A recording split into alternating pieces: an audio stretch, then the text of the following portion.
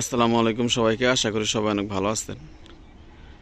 আমাদের ভুট্টা ক্ষেতের পাশে আরেকটা ক্ষেত আছে। ওই ক্ষেতে ভুট্টা আবাদ করা হয়েছে, পাশাপাশি ক্ষেতের সাইড দিয়ে বেগুনের আবাদও করা হয়েছে। এই বেগুনগুলা আমি আপনাদেরকে দেখাই। যদিও এক লাইনে বেগুনের আবাদ করা হয়েছে, বেগুন গাছে প্রচুর পরিমাণে ফুল আইছে, কিন্তু বেগুন হয় নাই। এই দেখেন একটা বেগুনের সাইজ দেখেন। এই যে একটা বেগুন কেবলে ধরছে, একদম ছোট। হ্যাঁ, আরও বেগুন আছে গাছে। এই যে দেখেন, এই যে একটা বেগুন,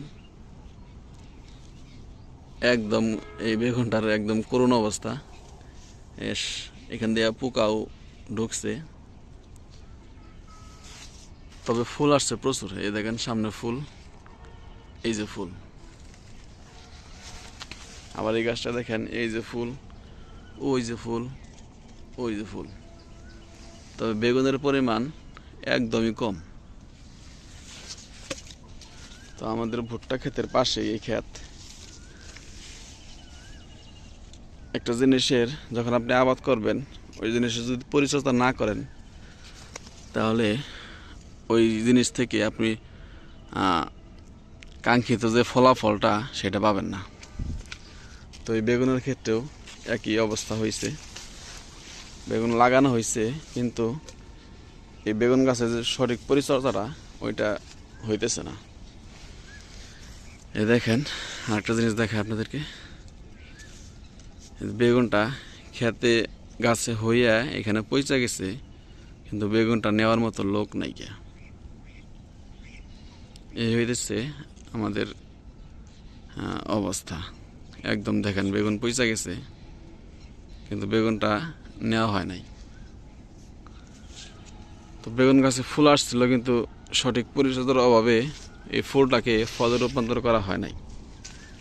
এই দেখেন, এই যে একটা বেগুন একদম ছোট ছোট ছোট অবস্থায় দেখেন। এই যে দেখেন পোকা গর্ত করে ফেলাইছে। হ্যাঁ, তো প্রত্যেকটা গাছেরই সেম অবস্থা। বেগুনে ফুল আছে, কিন্তু ফল নাই। তো এই হইতেছে আমাদের পরিস্থিতি। আলহামদুলিল্লাহ, এটা আমাদের ভুট্টা ক্ষেত। আমি আপনাদেরকে প্রত্যেকটা ভিডিওতে আমাদের ভুট্টা ক্ষেতের আপডেট দেওয়ার চেষ্টা করি। তো আমাদের ক্ষেতের ভুট্টা গাছের যে পাতাগুলা, ওইগুলো নিয়ে আমরা গরুরে খাওয়াইতেছি। দেখেন কত সুন্দর দেখা যাইতেছে। হ্যাঁ, একজন কৃষকের ফলন দেখে মানে কতটা যে খুশি হয় এটা বলার অপেক্ষা রাখে না। তো আলহামদুলিল্লাহ, আমাদের ভুট্টার ফলন আলহামদুলিল্লাহ অনেক ভালো হয়েছে। আপনারা সবাই দোয়া করেন যাতে আমরা সুন্দরভাবে ভুট্টাগুলো ঘরে তুলতে পারি।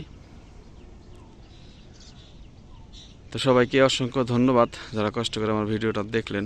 সবাই ভালো থাকবেন। আসসালামু আলাইকুম ওয়া রাহমাতুল্লাহ।